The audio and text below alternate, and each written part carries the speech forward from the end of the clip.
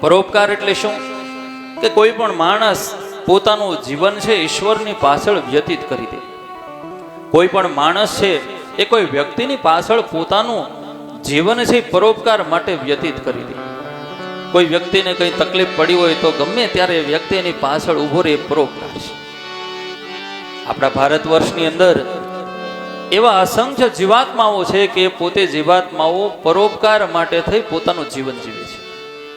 સામાન્ય આપણે ઉદાહરણ લઈ શકીએ કે આ દુનિયાની અંદર જેટલા પણ વૃક્ષો છે એ વૃક્ષો કોઈ દિવસ એવું વિચારે કે આ વૃક્ષોના જે પણ ફળ છે એ ફળ વૃક્ષો પોતે ખાય? એ વૃક્ષનું જીવન પરોપકાર માટે છે. એ એવું જ વિચારે કે આ વૃક્ષની નીચે જે આવનારો માણસ છે એ આ છાયડામાં બેસે ને એને શાંતિની પ્રાપ્તિ થાય. કદાચ ભોજન ન મળ્યું હોય તો એ વૃક્ષના ફળથી એ વ્યક્તિને ભોજન પ્રાપ્ત થાય.